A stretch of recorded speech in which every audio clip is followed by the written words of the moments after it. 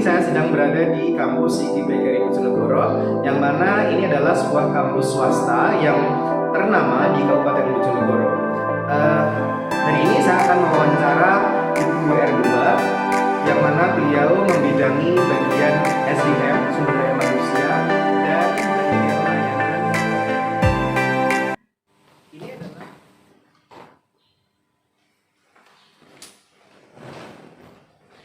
Halo, selamat pagi Ibu. Selamat pagi. Iya, perkenalkan saya Ali Gufron dari Institut Agama Islam Negeri Pekalongan atau IAIN Pekalongan. Kebetulan di sini saya mendapatkan tugas untuk mewawancara di bidang pelayanan umum terkait komitmen layanan mutu seperti itu, Ibu. Baik, oke, boleh.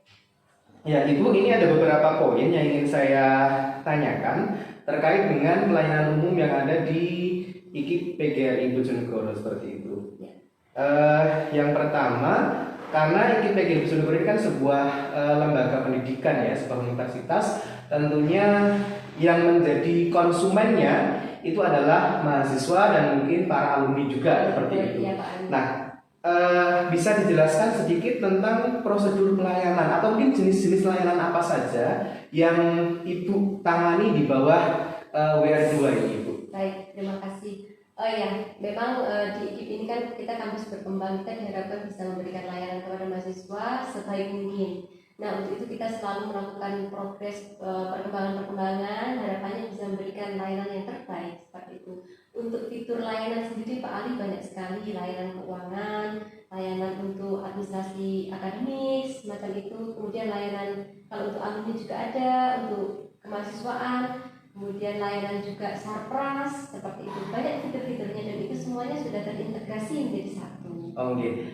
Saya ambil contoh misalnya ketika mahasiswa ingin melakukan pengisian KRS. Nah, itu kan biasanya tentunya ada persyaratan-persyaratan tertentu yang harus dipenuhi oleh mahasiswa. Nah, biasanya dari bagian pelayanan itu untuk mengumumkan syarat-syarat misalnya agar mendapatkan sebuah layanan tertentu itu bagaimana Ibu biasanya? Ya, itu semuanya sudah terintegrasi dalam sistem layanan terpadu di IKIP PGRI Bojonegoro. Oh iya. Kita sudah mempunyai portal khusus untuk itu.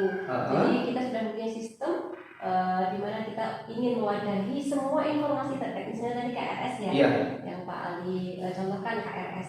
Ketika mahasiswa mau KRS sudah ditentukan tanggal-tanggalnya dan mereka sudah bisa mengupdate informasi itu di web layanan terpadu tersebut.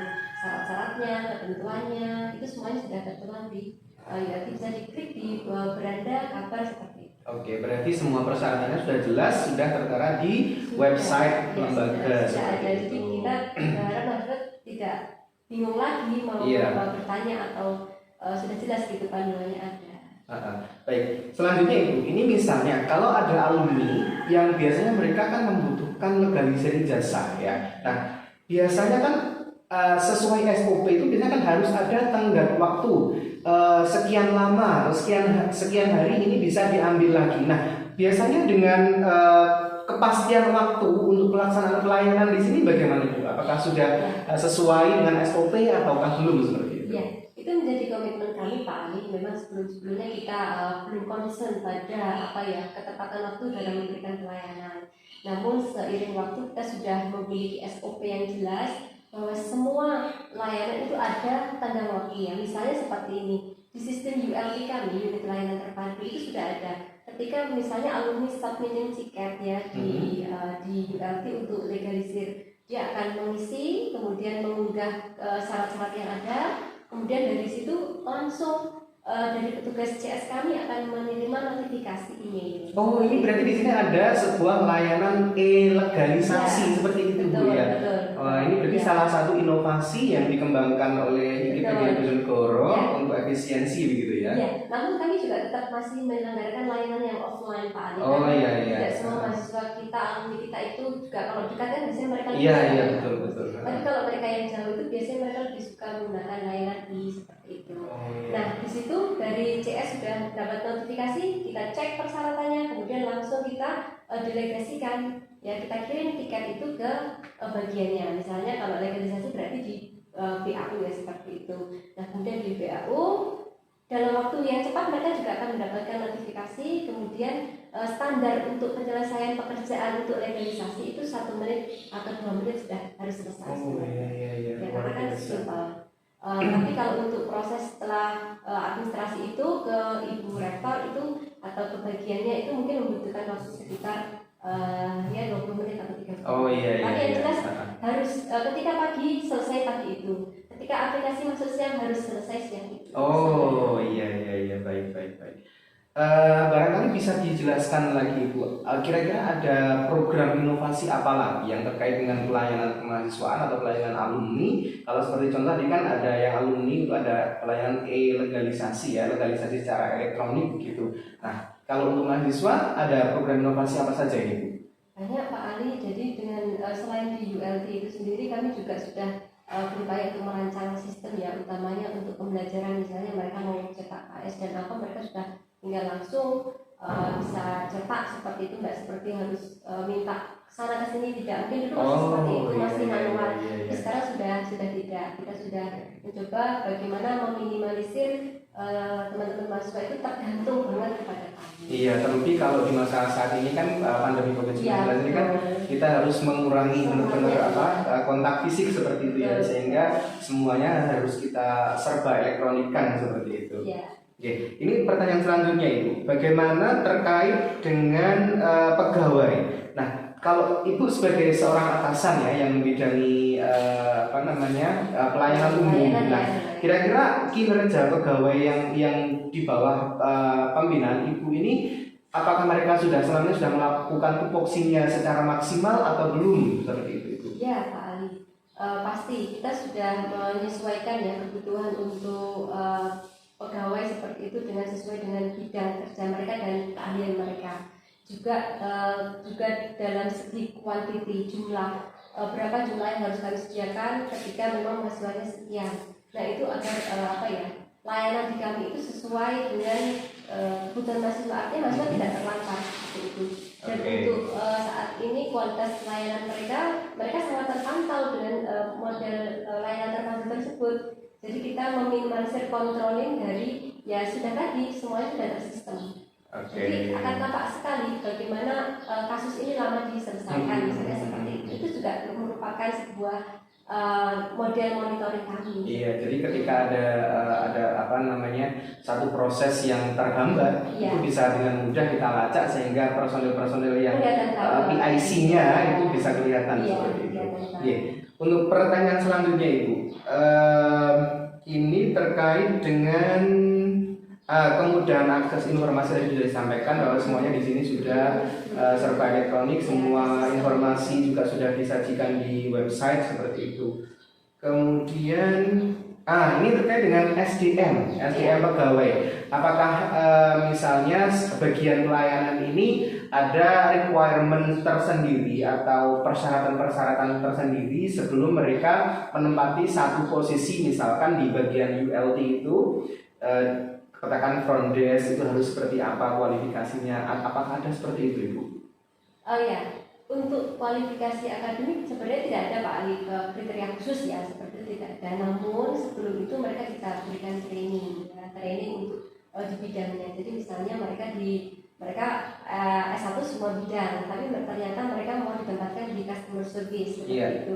Nah kita istilahnya memang tidak ada kriteria khusus, tapi kita dari seleksi itu kita bisa memilih orang yang tepat di situ.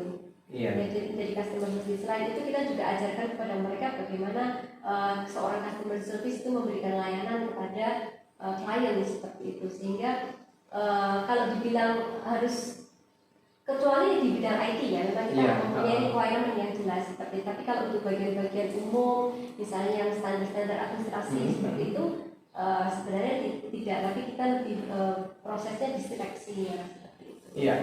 Ini sedikit agak melebar terkait dengan sistem penerimaan mahasiswa baru. Kalau penerimaan mahasiswa baru kan tentunya kita target pasarannya atau halayak yang kita sasar itu tentunya bukan lagi mahasiswa atau alumni, tapi masyarakat yang lebih umum lagi seperti itu. Nah, biasanya kalau terkait dengan hal ini itu bagaimana masyarakat itu bisa tahu, bisa mengakses informasi terkait dengan PMB tersebut itu? Baik.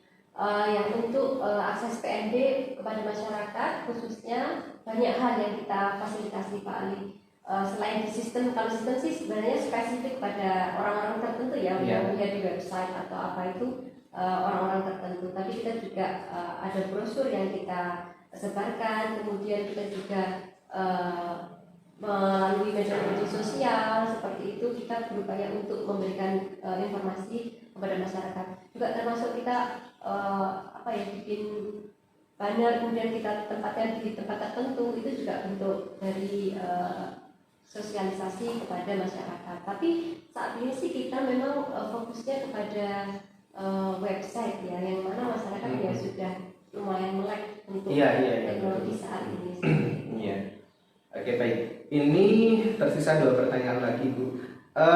Selanjutnya adalah sejauh ini bagaimana tanggapan pengguna layanan, katakan mahasiswa atau alumni, terhadap program-program atau inovasi-inovasi yang sudah dibuat oleh lembaga, misalnya seperti tadi Elganisir atau lain-lainnya itu? Ya, itu kami mudah sekali Pak Ali untuk mendapatkan informasi tentang tanggapan itu ya, karena memang di sistem sendiri sudah ada mail untuk atau box khusus untuk kritik dan saran. Dan kemudian setiap tahun kita selalu mengadakan survei kepuasan kepada mahasiswa ya tentang kualitas layanan. Bahkan tahun ini saya dengan kepala biro itu mengadakan penelitian tentang itu dampak kualitas layanan itu terhadap kepuasan mahasiswa di layanan apa seperti itu. Kami tahun ini melakukan penelitian seperti itu. Kalau boleh menyebut angka antara 0% sampai dengan 100%, ada di kisaran angka berapa persentase kepuasan pasar atau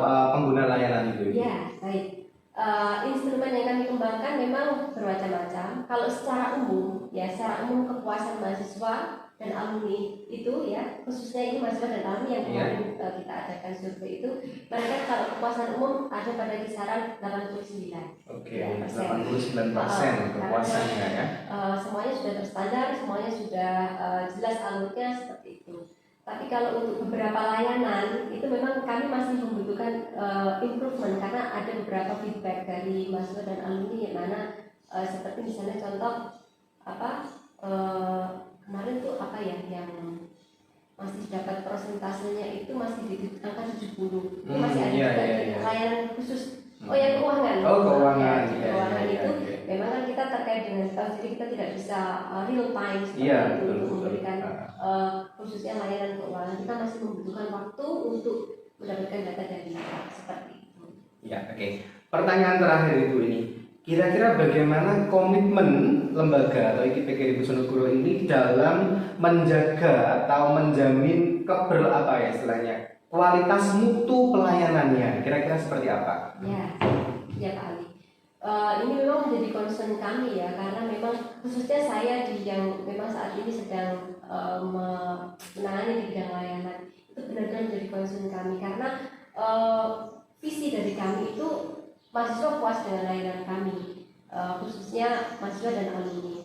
Dan itu selalu kita lakukan pengembangan, kita mengkaji mana yang kurang baik, mana yang butuh improvement, mana yang harus kita kembangkan, mana yang sudah bagus, itu selalu kita kaji.